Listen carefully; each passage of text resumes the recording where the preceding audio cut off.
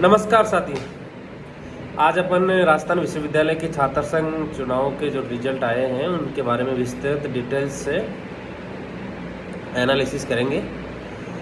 और जानेंगे निहारिका जोरवाल को हारने के पीछे क्या रीजन है, क्या लॉजिक है, क्या उसके पीछे कारण रहे होंगे जिससे निहारिका जोरवाल बहुत ज़्यादा वोटों से हार गई। तो आइए अपन जानते हैं सबसे पहले निहारिका जोरवाल को हारने के पीछे क्या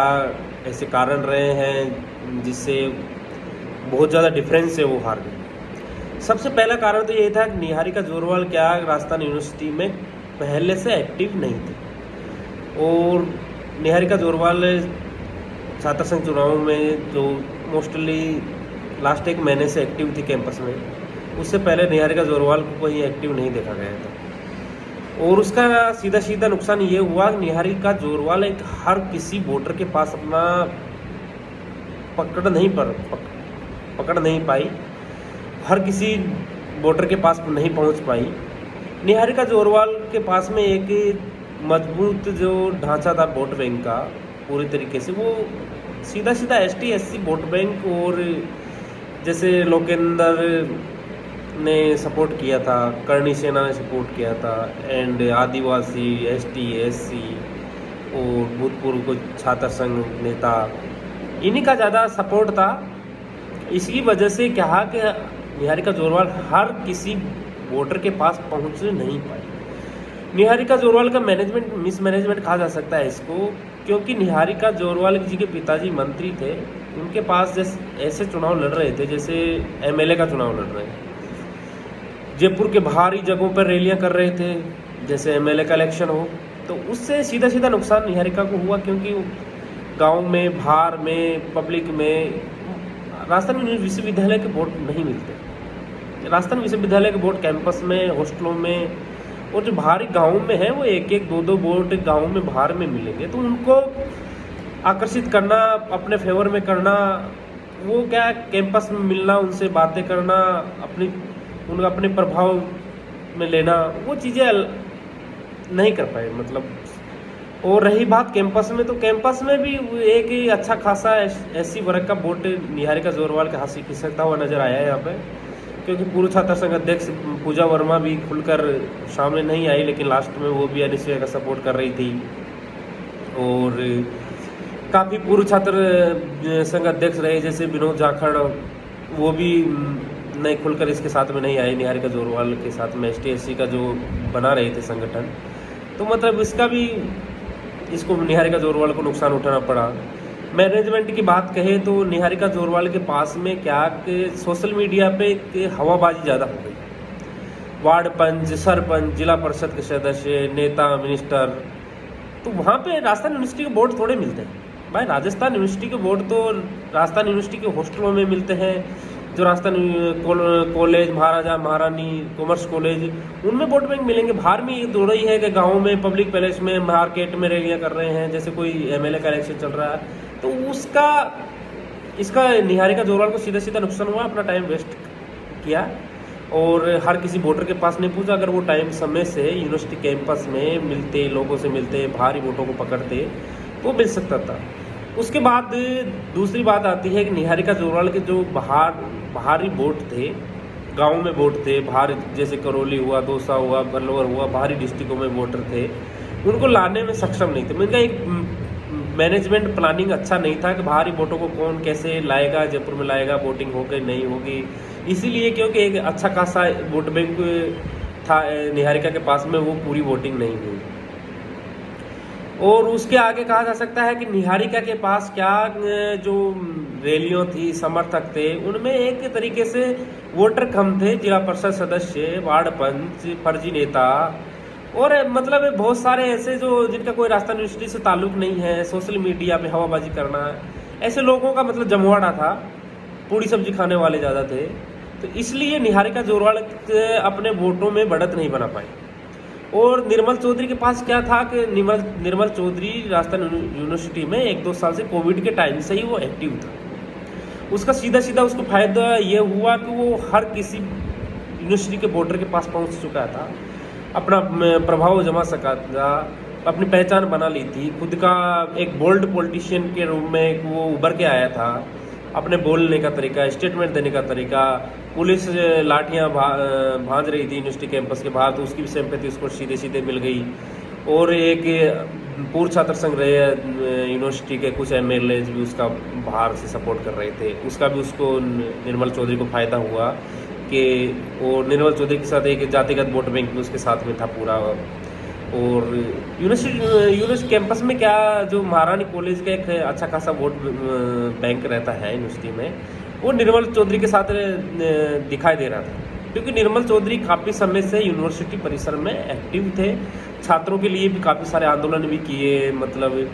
काफ़ी एक्टिविटीज़ में भी वो हिस्सा लेते थे। इसलिए उसको क्या यूनिवर्सिटी के हर वोट बैंक पे पकड़ थी। और उसका प्रभाव ये हुआ कि निर्मल चौधरी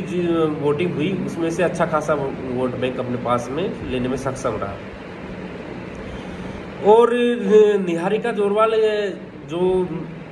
एक तरीके से अपने को इतना बोल्ड पॉलिटिशियन के रूप में अपनी छवि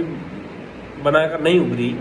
निहारिका जोरवाल तो पूर्व छात्र संघ अध्यक्ष रहे, जैसे जनरल सेक्रेटरी रहे, नरेश मीणा के ऊपर ही पूरा निर्भर था मामला, जैसे ऐसा लग रहा था कि नरेश मीणा इलेक्शन लड़ रहा है।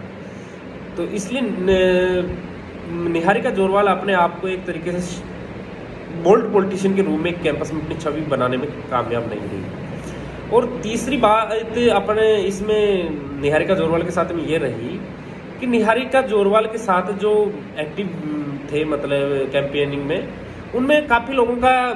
यूनिवर्सिटी से कोई ताल्लुक नहीं था, नए नए आए थे, जयपुर में आए, जैसे बाहर से आए, दौसा से उठा लिए, कहीं बाहर से उठा लिए, पापा मिनिस्टर के जानकार है, किसी और के जानकार है, वो आके यूनिवर्सिटी में एक्टिव हो गया, जिनको कोई पता नहीं वोट किधर है किधर नहीं है, यूनिवर्सिटी का ढांचागत वोट बैंक किधर मिलता है, कहाँ पे है, हॉस्टल किधर है किधर नहीं है। तो उसका सीधा सीधा नुकसान हुआ कि वो मतलब ओरिजिनल वोटर तक पहुँच ही नहीं पाए। तो इसलिए निहारिका जोरवाल को बहुत ज़्यादा डिफरेंस से मात खानी पड़ी। और एनएसयूआई तो पहले से ही पिछड़ रही थी, क्योंकि एनएसयूआई का बोल्ड कैंडिडेट नहीं था मैदान में। और एनएसयूआई का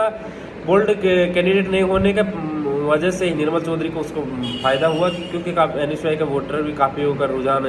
निर्मल चौधरी को मिला है। और एबीवीपी का तो कोई टक्कर में नहीं थी, एबीवीपी तो मतलब कैंपस से बिल्कुल पहले से आउट थी, मतलब वो तरीके से कैंपस में वो छात्र संघ चुनाव में मतलब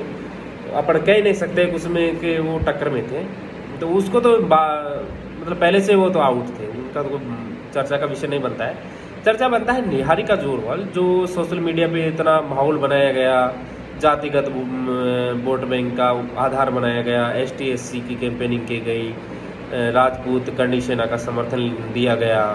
और काफ़ी समाजों ने बाहर से गुर्जर समाज ने बहुत खुल के समर्थन किया, क्योंकि जो निहारिका जोरवाल के पास में जो वोट बैंक था वो एक अच्छा खासा एसटी एससी का था। उसके बाद में करणी सेना जैसे राजपूत वोट बैंक के माना जाए, गुर्जर समाज का वोट बैंक था उसके साथ। वो गुर्जर समाज का यूनिवर्सिटी में बहुत कम वोट बैंक, मतलब जितना हवा थी, जितना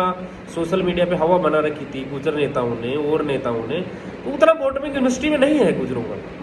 तो गुर्जर समाज का वोट बैंक कम होने की वजह से उतना वोटिंग हो नहीं पाई।